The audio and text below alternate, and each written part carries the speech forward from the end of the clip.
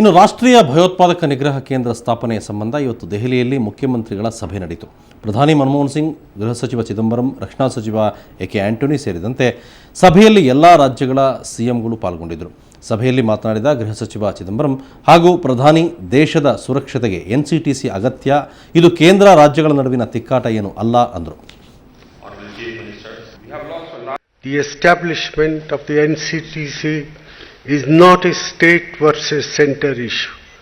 The primary purpose behind setting up the NCTC is to coordinate counter-terrorism effort throughout this vast country of ours, as the Intelligence Bureau has been doing so far. I am confident we can make the country more safe and more secure. I look forward to an illuminating discussion and I seek your support to establish the NCTC. ಇನ್ನು ರಾಷ್ಟ್ರೀಯ ಭಯೋತ್ಪಾದಕ ನಿಗ್ರಹ ಕೇಂದ್ರ ಸ್ಥಾಪನೆಗೆ ರಾಜ್ಯ BJP ಸರ್ಕಾರ ತನ್ನ ವಿರೋಧ ಮುಂದುವರಿಸಿದೆ.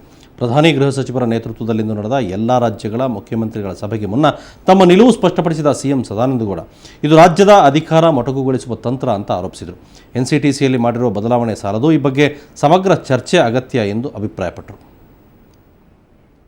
ಎನ್ಸಿಟಿಸಿಯಲ್ಲಿ ಇರುವಂಥ ವಿರೋಧದ ಬಗ್ಗೆ ನಾವು ಈಗಾಗಲೇ ಅವರಿಗೆ ಬಾರಿ ಹಿಂದೆ ಪತ್ರ ಬರೆದಿದ್ದೆವು. ಸ್ವಲ್ಪ ಮಟ್ಟಿಗೆ ಅದನ್ನು ಪರಿಶೀಲನೆ ಮಾಡುವಂಥ ಒಂದು ಸಣ್ಣ ಪ್ರಯತ್ನ ಮಾಡಿದ್ದಾರೆ. ಆದರೆ ತಮ್ಮ ಪ್ರಭುತ್ವವನ್ನೇ ಉಳಿಸ್ಕೊಳ್ಬೇಕು, ಫೆಡರಲ್ ಸಿಸ್ಟಮ್ನ ಮೇಲೆ ಮತ್ತೆ ಸವಾರಿ ಮುಂದುವರಿಸಬೇಕು ಅಂತ ಹೇಳುವಂಥ ಅವರ ಭಾವನೆಗಳು ಮತ್ತೆ ಅವರು ಕೊಟ್ಟಂಥ ರಿವೈಸ್ಡ್ ಇದರಲ್ಲಿ ಕೂಡ ಇದ್ದಾವೆ.